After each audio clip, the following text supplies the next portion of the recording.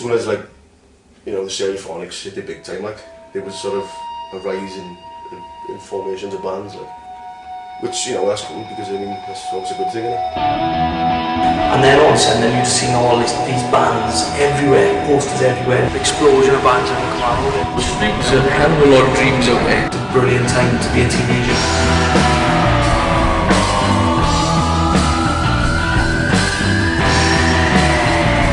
Suppose I wanted to be a rock and roll star, yeah. Fucking right. Yeah, there was a sort of feel of, right, this is the in thing. A lot of people pick up a guitar, a lot of people play drums, got bands together.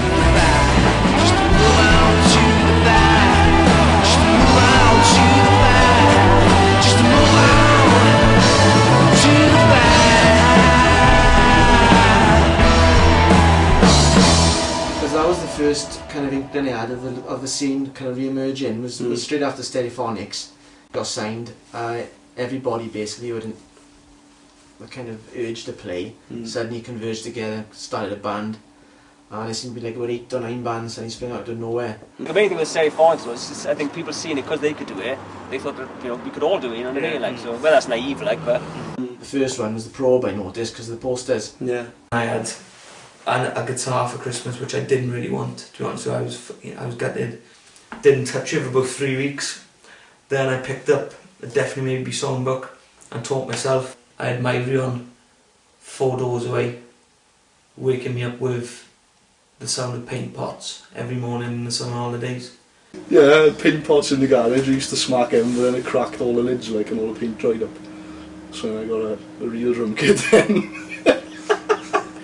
Me and him start jamming together.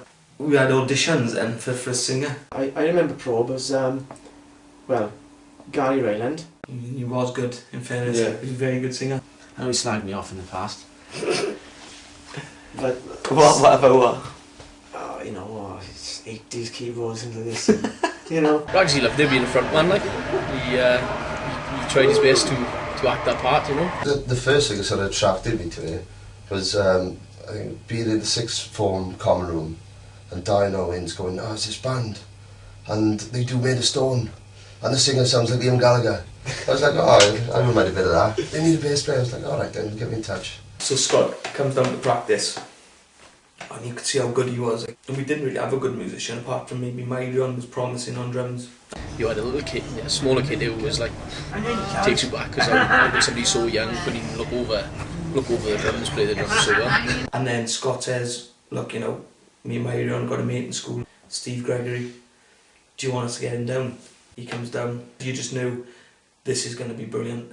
Then doing the railway gig, which I think we booked a month after I joined, and then getting tickets printed, which was a great idea because we just went on all the pubs, me and Ragsy, selling them to everybody who would buy them, and just getting pissed. It was a good charter blind as well. Railway Club, low ceiling, dingy little place.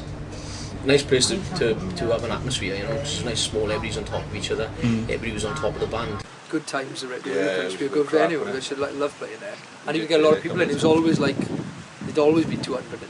And I think that the Railway Club, or a good venue in a town like Aberdare, attributes to a lot of bands starting together because it gives them a place to play.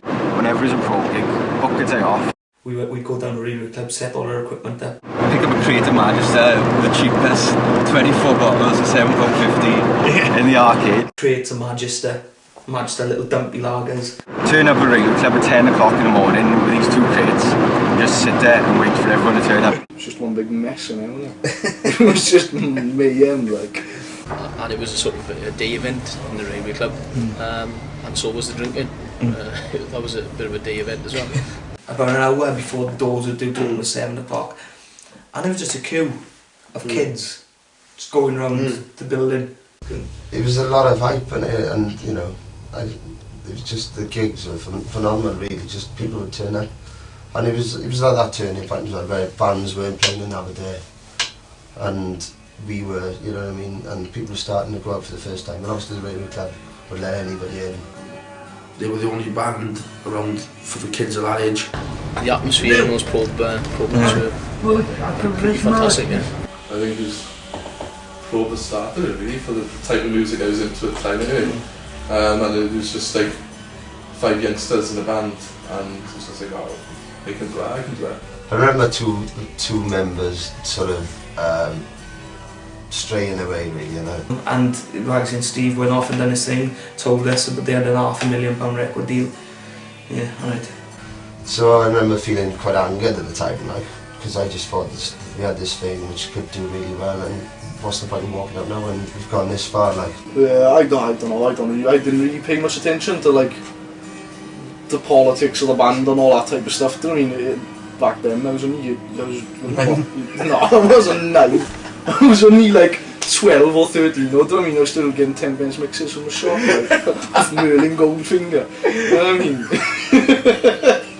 Do a couple of good gigs and we think of the bee's knees, like, but we weren't at the end of the day. We'd done a lot of bad gigs because we were too pissed up.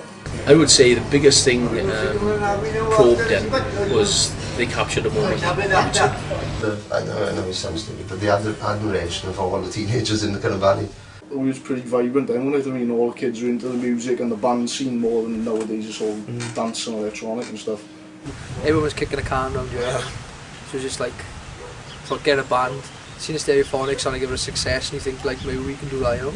Yeah, I enjoyed a lot of bands at the time. It was Stone Cold Angels, Cripple Creek, Rat Salad. There was a catfight sort of local to who could sort of from the locality get into the mainstream end of all the bands. Obviously Stereophonics were miles ahead of everybody else, but there was a feeling that who else can, how big can all these bands get, so yeah, there was a lot of bands around, bit of a catfight, who had the biggest poster in town, who could do the biggest flyer drops, who could do this, who could do that.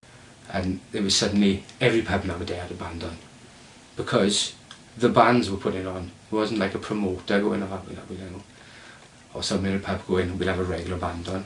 It was the bands going around going, do you want a band? Done 2, 3 if you want, like. It's fucking great, like, that's the way it fucking should be. It wasn't just the bands, it was everything. The pubs were welcoming bands, the leader was supportive, the local press, you know what I mean, and stuff. And even the local radio stations, you know what I mean, they were all into it, and it was just cool Cymru, as they called it. I think it was optimistic at the time. I think everybody had this sort of a vision of like, we can all be rock stars, you know. Definitely. They can do it anyone. Yeah, anybody that picks the guitar thinks, I can do this. The confidence was high, everyone was having a go. It was good times of music. There was loads of places to play. It was definitely an exciting time. Yeah. Everybody thought they had a good chance of doing something. I guess, it was the boredom of living, in just a small, shitty little mining town, like. Just sort of drove in to pick up a guitar, I think it was Rat Salad who was starting the gig at the same time as Probe. We knew each other for a couple of years before. Like, I knew Chris because we were in school together, all through com. So we knew each other quite well from sort of Form 2 upwards for, I don't know, when I was about 12. Chris formed a band with 2 boys, and it didn't really work out for them. They had musical conflict, they were like, one was pulling in one way, trying to stick with the Nirvana thing, and Chris was going into sort of the Green Day, the New Age sort of thing. I first got into a band with a guy called Dominic Castry and Rhys Williams. That was the first attempt at being in a band, but that didn't really, we didn't understand the concept of tuning guitars together, and Dom had never seen a drum kit before, so that only lasted about a month or something. And I formed a band with a guy called Kinley Williams and Matthew Whitney. So I couldn't play an instrument, didn't care what it was, I just wanted to be in a band, you know what I mean? And he came to me and said, oh look, I'm looking for a drummer, do you fancy playing drums in a band? So I was like, oh yeah. I said, let's get a drum kit and just go from there, and that was it. So then we got Kinley in, and so it was like, I went from there basically. Me and Kinley then jammed like every day, and then How many gigs did you do? With the Stereophonics? Only one has the Stereophonics. 2 actually. Or was it 2? Yeah, because when Bartender and a Thief was number 3 in the charts. Oh yeah. And they played our interval tracks. And it was quite funny trying to watch Richie play a left-handed bass. Upside down. That night, after that gig, we went back to Stuart Cable's and just bought a house. He'd only been signed like... Well, it was his second album, wasn't it? 3 years maybe. And we went back to his house for his housewarming party afterwards. It was packed, and then everybody in the pub went back. There was about 200 people in his house, signed everyone. It's a really good night.